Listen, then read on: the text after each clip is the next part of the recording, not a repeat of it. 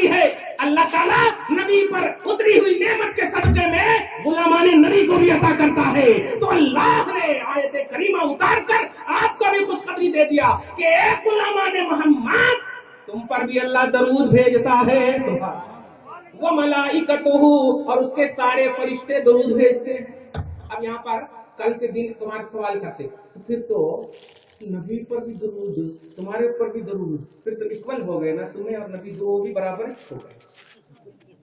اس سوال کو میں بھی کلیئر کر دوں تاکہ بھی کلیئر ہو جائے.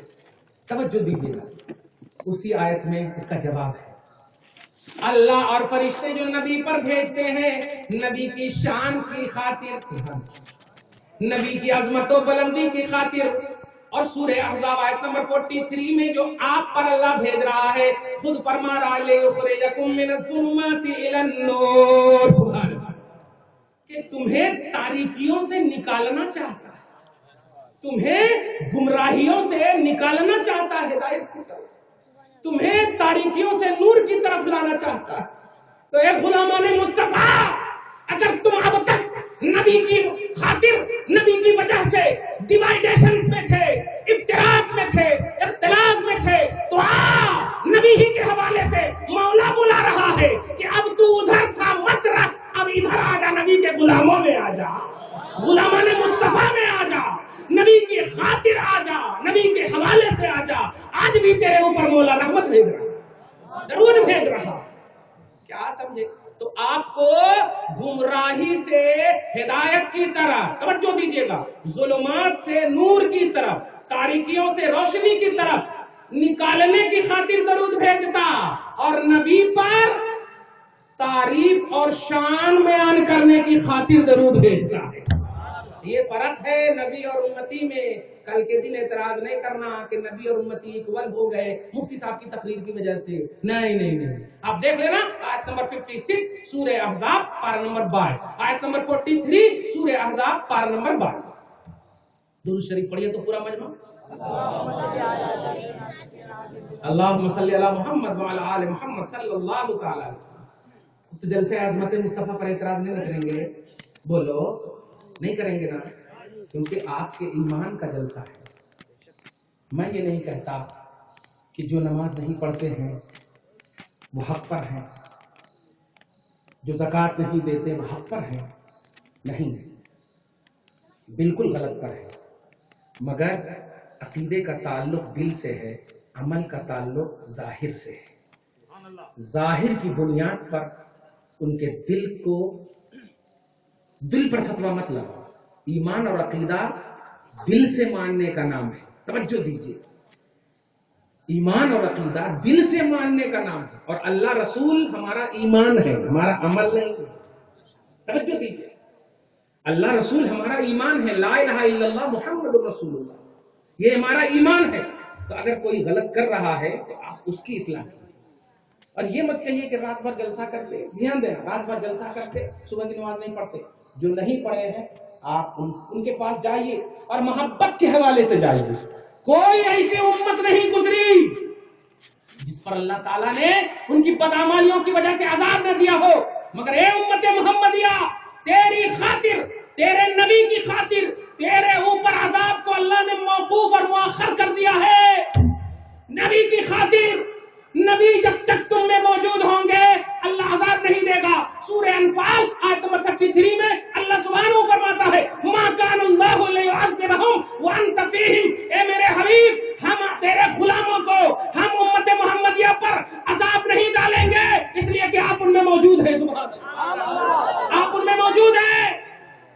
اس لیے آپ اگر کسی کو بدعمل دیکھ رہے ہیں, کوئی بے نمازی ہے, تو آپ اس بے نمازی کی پرسنلی طور پر اصلاح کیجئے جا کر کے, آپ عذاب ڈال دے رہے ہیں.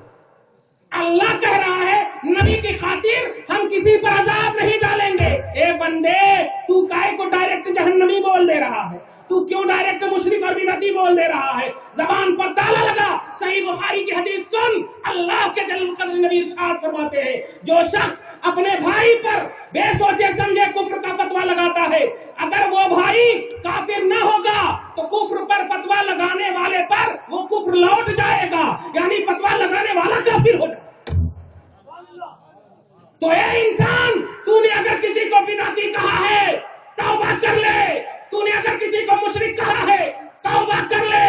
اس لیے کہ اگر وہ واقعی میں مشرک اور بدعتی نہیں ہوگا تو وہ شرک اور بدعت تیرے اوپر لوٹ جائے گا, تیرے اوپر لوٹ جائے گا. کفر کا فتویٰ دیا ہوگا تیرے اوپر لوٹ جائے گا. صحیح بخاری کی حدیث. خبردار خبردار. اگر جلسہ کرنا بدعت ہے, نظر نیاز کرنا شرک ہے, تب تو یہ ایک دم فارمولا بند کر دو. ابھی میں واضح کر دوں گا اور تفصیل ختم کر دوں گا, بیان ختم کر دوں گا. توجہ دیجیے. پہلے ہمارا عنوان عظمت مصطفیٰ تھا. یہ سمجھ میں آ گیا آپ کو؟ بولیے. چونکہ میں حدیث نہیں, قرآن زیادہ بولوں گا تاکہ آپ کل کے دن یہ نہ سنیں ارے وہ حدیث تو ضعیف ہے, ہمارے حضرت بول رہے ہیں. نہیں, اس لیے میں کوشش کرتا ہوں, میں ایک ٹیچر آدمی ہوں. ٹیچر اور شاگردوں میں انڈرسٹینڈنگ کا مسئلہ رہتا, اس لیے آپ بس انڈرسٹینڈنگ کے مطلب اسی دنیا میں رہ کر آپ سنیے اور سمجھیے, توجہ دیجیے گا. تو عظمت مصطفیٰ سمجھ میں آ گئی بات, قرآن پاک سے سمجھ میں آ گئی ہے نا. تو اب ان اللہ و ملائکتہ کی آیت کیا کہنا, سبحان اللہ, آج آ گئی سمجھ میں. درود کا مطلب بھی سمجھ میں آ گیا. میں حدیث پاک نہیں, اب ایک سلام کی حدیث آپ کو پیش کر دوں, کیونکہ اللہ درود تو ضرور بھیجتا مگر سلام اللہ نہیں بھیجتا, مومن کو بھیجنے کہہ رہا ہے. سبحان اللہ. سلام آپ کو بھیجنے کہہ رہا ہے. میں ڈکلیئر کر دوں, اللہ تعالیٰ سمپل سینٹینس, کوئی حد بندی نہیں. توجہ دیجیے گا. اے ایمان والو صلو علیہ وسلم تسلیما, درود پڑھو اور نبی پر خوب خوب سلام پڑھو. کب پڑھو, کہاں پڑھو, کس طرح پڑھو, کچھ نہیں کہا ہے. توجہ دیجیے گا, کچھ نہیں کہا ہے. اور اگر آپ کو کل یہ اعتراض ہو نہیں سلام تو نماز میں ہم پڑھ لیتے ہیں, نہیں پیارے, یہ آیت کریمہ مدینہ میں نازل ہوئی ہے. توجہ دیجیے گا, بڑا علمی نقطہ ہے یہ آیت کریمہ ان اللہ و ملائکتہ کی آیت یہ مدینہ میں نازل ہوئی ہے. اور نماز تو مکہ ہی میں فرض ہو چکی ہے, نماز تو مکہ ہی میں فرض ہو چکی ہے. تو اگر آپ نماز کے تشہد السلام علیکہ ایھا النبی کو اگر آپ کہیں گے کہ یا ایھا الذین آمنوا صلوا علیہ وسلموا تسلیما, اے ایمان والو سلام پڑھو, اور ہم تشہد میں پڑھ رہے ہیں نا, تو نہیں, آیت اترنے سے پہلے ہی سے پڑھا جا رہا ہے سلام. لہذا یہ سلام نبی کی تعلیم سے معلوم ہو چکا ہے سب کو. یہ سلام کچھ اور سلام ہے. پھر بھی میں کہوں گا اگر نماز والا سلام مراد ہے تب بھی جائز ہے, اور غیر نماز والا مراد ہے تب بھی جائز ہے. اگر سو کر کوئی سلام پڑھ رہا ہے تب بھی جائز ہے, بیٹھ کر پڑھ رہا ہے تب بھی جائز ہے, اور کھڑے ہو کر پڑھ رہا ہے تب بھی جائز ہے. اس لیے کہ اللہ نے کسی کو کہا ہے تو اے ایمان والوں کہا ہے, اور کوئی کنڈیشن نہیں بتایا. جیسے کہا اے ایمان والو نماز کے قریب مت جانا, سورہ نساء پارہ نمبر 5 کی آیت ہے, لا تقربوا الصلاۃ, لوگوں نماز کے قریب مت جانا. تو آپ پریشان ہو گئے آپ کہ ارے بابا اب تو اللہ تعالیٰ اچھا کیا, نماز کے قریب مت جانا. مگر نہیں, اس آیت میں ایک کنڈیشن ہے, جب تم شراب کی حالت میں ہو نماز کے قریب مت جانا. تو ایک کنڈیشن ہوا. ایسے ہی اللہ جب کسی چیز کا آرڈر دیتا ہے تو اس آرڈر میں اگر کنڈیشن نہ ہو تو اس آرڈر کا مطلب ہوتا ہے جب جہاں جس طرح فل اجازت ہے آپ کو, فل اجازت ہے آپ کو. جیسے کہا گیا کلوا من الطیبات ما رزقناکم, جو ہم نے تم کو عطا کیا ہے وہ کھاؤ. اب آپ دوپہر کا کھانا 5 بجے کھائیں تب بھی جائز ہے, اور اگر رات میں کھائیں تب بھی جائز ہے, اس لیے کہ رب نے کھانے کہہ دیا ہے آپ کو. کیا سمجھے آپ؟ تو ایسے ہی اللہ نے یا ایھا الذین آمنوا, اے ایمان والو نبی پر درود بھیجو اور خوب خوب سلام بھیجو. تو کل کے دن یہ اعتراض مت کرنا کہ نبی پر سلام کھڑے ہو کر کیوں پڑھتے, جب رب نے کیوں نہیں کہا تم کیوں کہہ رہے ہو, کیوں رب نے کیوں نہیں کہا, بلکہ رب نے آپ کو عام کہہ دیا. میرے بندے اگر لنگڑے ہو تیرے بھی نبی ہیں, پڑھ لے سلام, اور اگر پاؤں دیا ہے کھڑے ہو جا پڑھ لے سلام. اس لیے کہ اگر کنڈیشن متعین کرو گے تو بتا پیارے, ایک انسان ہے جس کے پاس پاؤں بھی نہیں ہے, ہاتھ بھی نہیں ہے, کچھ نہیں ہے, مگر شعور ایمان دیا ہے, کیسے سلام پڑھے گا, کیسے سلام پڑھے گا. اور رب نے ایمان والے سے کہا ہے, پاؤں ہاتھ والے سے نہیں کہا ہے.